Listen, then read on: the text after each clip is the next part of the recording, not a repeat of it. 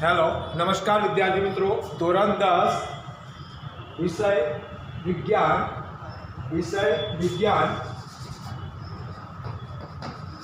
प्रकरण 12 विद्युत। हवे આપણે આગામી પીરિયડની અંદર બે પીરિયડો વિદ્યુત ચેપ્ટરના લીધા, જેની અંદર પહેલા પીરિયડની અંદર તમને વિદ્યુત પ્રવાહની સમજૂતી આપી, વિદ્યુત પ્રવાહની વ્યાખ્યા, એનો એકમ, એની શોધ કોણે કરી, બરાબર છે, એના વિશે માહિતી આપી। બીજા પીરિયડની અંદર વિદ્યુત સ્થિતિમાનના તફાવત વિશેની માહિતી આપી। હવે આજે ત્રીજો પીરિયડની અંદર પરિપથની અંદર આકૃતિમાં સામાન્ય રીતે વપરાતા કેટલાક ઘટકો જેને આપણે સંજ્ઞાઓ તરીકે ઓળખીએ છીએ। હવે આ સંજ્ઞાઓ તમને આવડે તો જ તમને આકૃતિ આવડે, તો જ તમે આકૃતિ દોરી શકો અને બનાવી શકો, બરાબર છે। તો હવે ઓહમના નિયમની આકૃતિ બનાવી હોય, મારે કોઈ પરિપથની આકૃતિ બનાવી હોય તો મારે આ સંજ્ઞાઓની જરૂર પડે, બરાબર છે। હવે અહીંયા ઘટકોની અંદર હું તમને કહું કે વિદ્યુત કોષ, તો વિદ્યુત કોષને આ ચિહ્નથી દર્શાવાય। હવે આમાં કોઈ સરળ ટેકનિક ના હોય, આને યાદ જ રાખવી પડે। સંજ્ઞા હોય, સૂત્ર હોય તો એને યાદ રાખવું પડે, બરાબર છે। બેટરી અથવા વિદ્યુત કોષ સંયોજન, તો એની સંજ્ઞા આ છે, આ ભાગ આ નાનું અને આ રીતે। હવે પ્લગ કર, તો આ ખુલ્લી સ્વિચ, આ બંધ સ્વિચ, આ તારનું જોડાણ છે, એ આ ભાગે તારનું જોડાણ બતાવવામાં આવેલું છે। હવે જોડાણ વગર એકબીજામાંથી પસાર થતા તાર, એટલે એક તાર આમ હોય તો બીજો તાર આ રીતે પસાર થતો હોય તો જોડાણ વગર પસાર થાય છે, બરાબર છે। તો એના માટે આવું ચિહ્ન વપરાય કે જોડાણ વગર અહીંથી તાર ઉપરથી પસાર થાય છે। વિદ્યુત બલ્બ, તો એ આ બલ્બ છે અને આ પણ બલ્બની જ આકૃતિ છે, બરાબર છે, સંજ્ઞા છે। હવે આર અવરોધ ધરાવતો અવરોધક, તો એના માટે આપણે આર ચિહ્નનો ઉપયોગ કરીએ છીએ, બરાબર છે, જેને અહીંયા આર વડે દર્શાવવામાં આવે છે। ચલિત અવરોધ અથવા રિઓસ્ટેટ માટે આ સંજ્ઞા વપરાય છે, આ રિઓસ્ટેટ માટે અને આ ચલિત અવરોધ માટેની સંજ્ઞા છે। એમીટર માટે એ, વોલ્ટમીટર માટે વી પ્લસ માઇનસ અને ગેલ્વેનોમીટર માટે જી।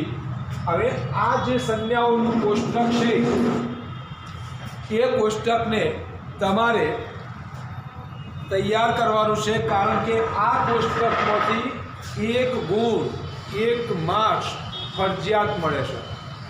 કારણ પરીક્ષામાં પૂછાય કે વિદ્યુત કોષની સંજ્ઞા દોરો, તો તમારે લખવી પડે। વિદ્યુત બલ્બની સંજ્ઞા પૂછાય, એમીટરની પૂછાય, વોલ્ટમીટરની પૂછાય, ગેલ્વેનોમીટરની સંજ્ઞા પૂછાય। પરીક્ષામાંથી ગમે તે કોઈના કોઈ સંજ્ઞા આની અંદર 100% આવતી હોય છે, એટલે તમારે આ સંજ્ઞાઓને તૈયાર કરવાની છે અને એક માર્ક્સ એમાંથી મેળવવાનો છે। હવે ઓહમનો નિયમ લખી I બરાબર V/R સૂત્ર તારો અને આકૃતિ જરૂરી છે, બરાબર છે। તો આકૃતિ તમારે સ્વપ્રયત્ને દોરવાની છે, બરાબર છે, ચોપડીમાં આપેલી છે, અહીં જગ્યાના અભાવ હોવાના કારણે મેં દોરી નથી। હવે ઈસવીસન 1827માં જર્મન ભૌતિક શાસ્ત્રી સિમોન ઓહમ, બરાબર છે, સિમોન ઓહમ, એના નામ પરથી આ નિયમનું નામ ઓહમનો નિયમ પડ્યો। હવે આ જ્યોર્જ સિમોન ઓહમે, બરાબર છે, જ્યોર્જ સિમોન ઓહમે ધાતુના તારમાંથી પસાર થતા વિદ્યુત પ્રવાહ I, વિદ્યુત પ્રવાહની સંજ્ઞા I, અને તેના બે છેડા વચ્ચેના વિદ્યુત સ્થિતિમાનના તફાવત વચ્ચેનો સંબંધ શોધ્યો, જેને ઓહમના નિયમ તરીકે ઓળખવામાં આવે છે। હવે ઓહમે આ જે નિયમ બનાવ્યો, એટલે કે I અને વિદ્યુત સ્થિતિમાનનો તફાવત V, આ બંને વચ્ચેનો સંબંધ દર્શાવતું એક સૂત્ર જે ઓહમના નિયમ તરીકે ઓળખાય છે। હવે ઓહમનો નિયમ, તો મેં અહીંયા ઓહમનો નિયમ લખેલો છે। અચળ તાપમાને વિદ્યુત પ્રવાહ વાહક તારમાંથી પસાર થતો વિદ્યુત પ્રવાહ ફરીથી ધ્યાન આપજો કે યાદ રાખવો બહુ કઠણ છે નથી, પણ એને 2-5 વખત વાંચવું પડશે તમારે. અચળ તાપમાને વાહક તારમાંથી પસાર થતો વિદ્યુત પ્રવાહ તે વાહકના 2 છેડા વચ્ચે લાગુ પાડેલા વિદ્યુત સ્થિતિમાનના તફાવતના સમપ્રમાણમાં હોય છે. ફરીથી ધ્યાન આપો, બરાબર છે? એક સાથે એક લયમાં બોલશો ને તો ઓટોમેટિક યાદ રહી જશે. ઓહમનો નિયમ તમે 5 વખત વાંચશો તોય તમને યાદ નહીં રહે, પણ હું જે બોલું છું જે લયમાં એ લયમાં બોલો તમે. અચળ તાપમાને વાહક તારમાંથી પસાર થતો વિદ્યુત પ્રવાહ તે વાહકના 2 છેડા વચ્ચે લાગુ પાડેલા વિદ્યુત પ્રવાહના વિદ્યુત સ્થિતિમાનના તફાવતના સમપ્રમાણમાં હોય છે. બરાબર છે?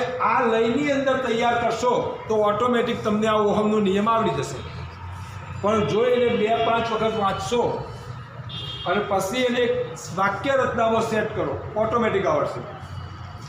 બીજા શબ્દોમાં આપણે ઓહમના નિયમને વી ચલે છે આઈ સ્વરૂપે રજૂ કરીએ છીએ.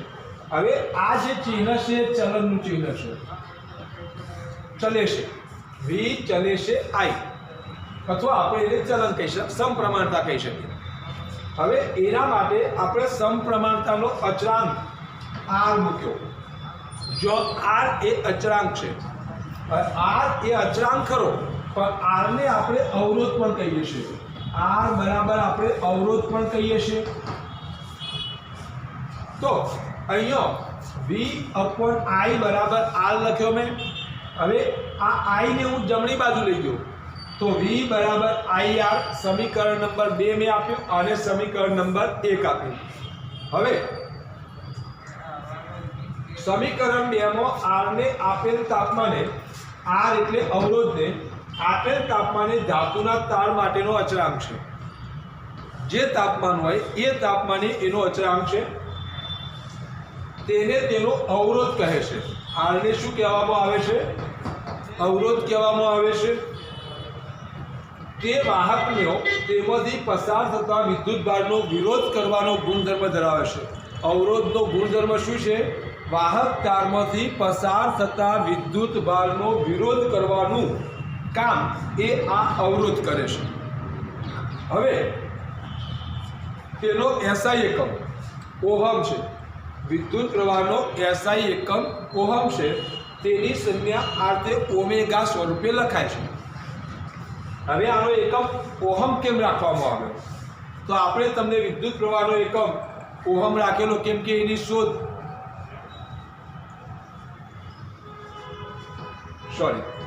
એનો એકમ ઓહમ છે.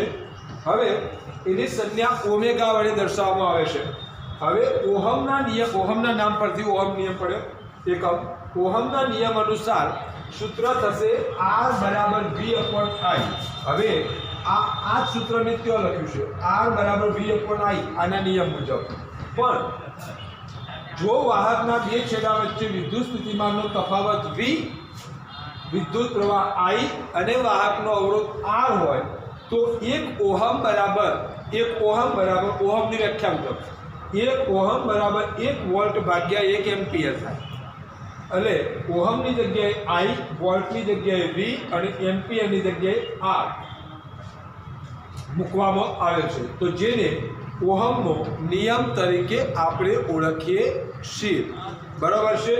હવે અહીંયા તમારે ઓહમનો નિયમ બોર્ડ ઉપર લખેલું આ કોષ્ટક અને ઓહમનો નિયમ લખવાનો છે અને એને તૈયાર કરવાનો છે. ઓહમનો નિયમ પરીક્ષાની અંદર 3 ગુણની અંદર પૂછાય છે.